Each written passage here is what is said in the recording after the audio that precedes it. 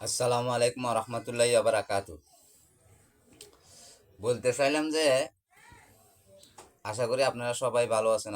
আলহামদুলিল্লাহ, আল্লাহর রহমতে। তো আমাদের বাংলাদেশের আর ভারতের একটা টুর্নামেন্ট চলতেছে, আইসিসি খেলা। সেটা হচ্ছে যে 420 420, মানে ইংলিশে বলে যে 420, বাংলায় বলে যে 420। এখন বাংলাদেশ ভারত বনাম 420 খেলা চলতেছে। তার সাথে জড়িত হয়েছে যে বিশ্ব আইসিসি বোর্ড।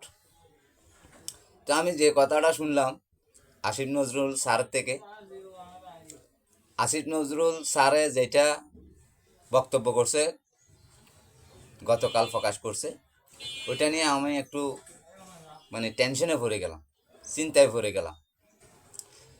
ভারত তো বাংলাদেশকে নিয়ে একটু সিনেমিনি খেলতেছে, আবার বাংলাদেশও ভারতের সাথে খেলতেছে। এটা হচ্ছে 420 খেলা, 2020 ম্যাচ, ভারত বনাম বাংলাদেশ। তো এটার মধ্যে যুক্ত হয়ে গেছে এখন আইসিসি বোর্ড। তো এটা হলো যে ক্রিকেট খেলার কেন্দ্র করে যা অবস্থা শুরু করছে ভারতে বাংলাদেশের কে নিয়ে, মুস্তাফিজকে বাদ দেওয়া নিয়ে, বিশেষ করে এখন 20 ওয়ার্ল্ড কাপ নিয়ে। তো আইসিসি বোর্ডে কি এরকম কথা বলতে পারে? আইসিসি বোর্ডে কি এরকম কথা বলতে পারে যে বাংলাদেশের জার্সি গায়ে দিয়ে সাংবাদিক যাবে না, বাংলাদেশের দর্শক যাবে না, জার্সি নিয়ে ঘুরেফেরা করতে পারবে না? এটাও কি আইসিসি বাংলাদেশকে নিয়ে খেলা বা দুর্নাম ছড়ানো এরকম একটা কাজ করতে পারে? আইসিসির এই ক্ষমতাটা কি রাখে? একটা রাষ্ট্র, একটা মানুষ, সে কি গাদ দিবে, কি পোশাক কিনবে, কি ব্যবহার করবে, এটাও আইসিসি বোর্ডে ডিসিশন দিবে? এদের ডিসিশন অনুসারে বাংলাদেশ চলতে হবে? এটা কি আদৌ সম্ভব? আপনাদের থেকে কি মনে হয়? এটা আইসিসি বোর্ডটা ভারত বনাম হয়ে গেল না? এটা তো আর বিশ্ব আইসিসি রইল না আমার মতে, আমার যুক্তিসঙ্গতায়। এটা তো আর বিশ্ব আইসিসি বোর্ড হয় না। এখানে আপনার সব রাষ্ট্র আছে, নিউজিল্যান্ড, অস্ট্রেলিয়া, ইংল্যান্ড, তারপরে আপনার শ্রীলঙ্কা, বাংলাদেশ, ভারত, সব রাষ্ট্র মিলে একটা আইসিসি বোর্ড হয়েছে, বিশ্ব আইসিসি বোর্ড, যেটা ওয়ার্ল্ড কাপ বলা হয়। তো আইসিসি বোর্ডে কি বাংলাদেশের সম্মান নিয়ে খেলার এর কোনো যোগ্যতা আছে? সে কি পারে কোনো রাষ্ট্রর বিপক্ষে যাইয়া কথা বলা? আর বাংলাদেশের খেলোয়াড় কে থাকবে, কে থাকবে না, কাকে নিবে, কাকে নিবে না, এটাও কি আইসিসি বোর্ডে বলার অধিকার রাখে? সে খেলার পরিচালনা করবে, সব রাষ্ট্রে টিম সাজাইয়া যার যার মতো সে যাবে। তার দেশের খেলাটা কিভাবে সুন্দরভাবে ফুটিয়ে, কিভাবে মাঠের মধ্যে উল্লাসতা করে, কিভাবে মানুষকে, রাষ্ট্র, জনগণকে খুশি করবে, সে ওইটা চিন্তা করে খেলা খেলতে যাবে। এটাও কি আইসিসি বোর্ডের ডিসিশন অনুসারে হবে? আর এরা বলছে যে আসিফ নজরুল স্যারে কালকে যে জিনিসটা বলছে, বক্তব্য দিয়েছে, সিটির যে পত্রটা দিছে, ওই পত্রটা উনি বলছে যে প্রয়োজন হইলে আমরা তোমাদেরকে দিব, এরকম একটা কপি দিব। তো আমি মনে করি যে আসিফ নজরুল স্যার এখানে কোনো মিথ্যার কোনো আশ্রয় নেয়নি। এরা আইসিসি বোর্ড প্রথম থেকেই মিথ্যার আশ্রয় নিছে। যেমন বলেন, এই আপনার মুস্তাফিজকে আইপিএল খেলা নিয়ে যে সিকিউরিটিটা ক্যান্সেল দিয়ে ওকে বাদ দেওয়া হয়েছে, এটাও ওনারা তথ্য লুকাইতে চাইছে, এমনকি মিথ্যার আশ্রয় নিছে। তো এটাও 100 আমি বলবো যে আইসিসি বোর্ডে এটাও মিথ্যার আশ্রয় নিতেছে, যে নাকচ করা দেওয়া হয়েছে, যে আসিফ নজরুলকে এরকম কোনো, বাংলাদেশকে এরকম একটা কোনো সিটি দেওয়া হয় নাই। তো আমি বলবো যে বিশ্বের কাছে আমি একটা কথা বলতে চাই, বিশ্বর দরবারে সবাই খেলতে আসে।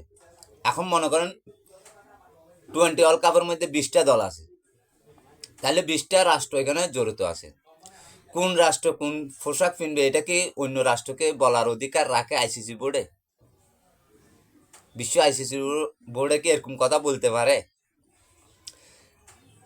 এটা যদি ভারতের আইসিসি বোর্ড হয় তাহলে একটা রাষ্ট্র নিয়ে কথা বলার মতো আমি মনে করি এটা দেশের অভ্যন্তরীণ বিষয়ে ওরা বলতে পারে, কিন্তু আইসিসি বোর্ড এরকম বলতে পারে? পারে না। তাহলে এটা 100% ধরে নেওয়া যায় আইসিসি বোর্ড ভারতের কাছে বিক্রি হয়েছে। ভারতকে খুশি করার জন্য এরকম ধরনের বক্তব্য এরা দিতেছে।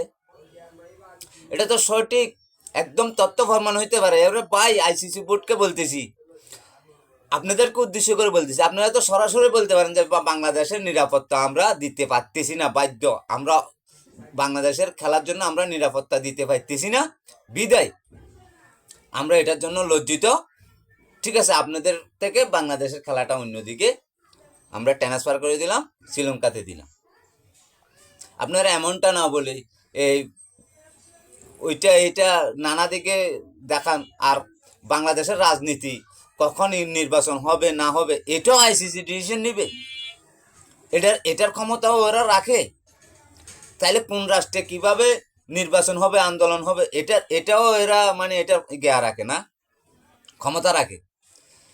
আর কি বলবো ভাই, আমরা দেখছি হাঁসে যদি ডিম পারে মাঠে ঘাটে, ওগুলো অনেক সময় মানুষ কুড়াই নিয়ে সূর্যের আলো না পড়লে মুরগির উমের তলে দিয়ে ওটা ডিম ফুটে বাচ্চা ফুটানো সম্ভব। কিন্তু মুরগির একটা ডিম হাঁসকে দিয়েন তো দেখেন, হাঁসে ওটা ডিম দিবে না, বাচ্চা অত ফুটাবে না।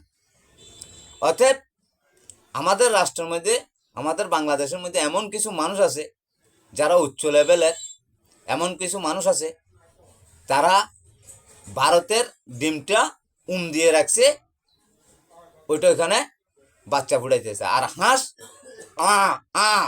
করে চিল্লাইতেছে। হাঁসের কাম হয়েছে যে চিল্লানো।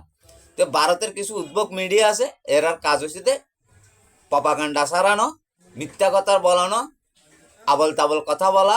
এগুলো আমি একদম পছন্দ করি না। আর বিশ্ব দরবারে তো সব রাষ্ট্রে জানে এরা যে কত ধরনের নিচ্চতা সাংবাদিক, ভারতের মিডিয়া যে কতটা নিচ্চ, বেলজ্জিতা, বেসরম, হায়া নাই, লাজ নাই, শরম নাই, এদের ইজ্জত সম্মান বলতে কিছু নাই। এরা মিথ্যা কথা ছাড়া কথাই বলতে পারেন। কি কিছু কথা বুঝেন না? এরা মিথ্যার আশ্রয় ছাড়া কোনো কথাই বলতে পারে না। এরা সকাল থেকে উঠি মিথ্যা কথা বলে, সকাল থেকে উঠি ঘুমের থেকে মিথ্যা কথা বলে। আমি কি বলবো? আমি বলতে চাই এতটুকুই,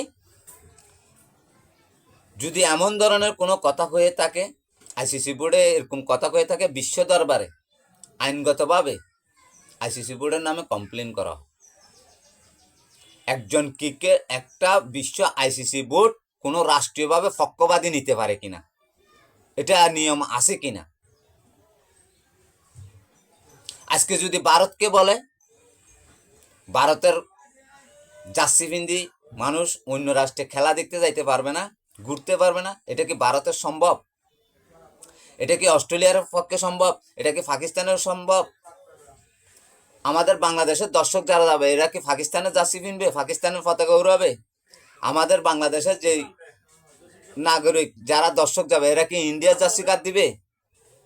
আপনারা খোলা দিলে বলতেই তো পারেন যে আপনারা ইন্ডিয়ার জার্সি পিন্দি খেলেন, নাইলে আপনারা সরাসরি বলেন যে পাকিস্তানের জার্সি খেলেন। তাহলে আমার বাংলাদেশটার রাষ্ট্রভাষাটা কোথায়?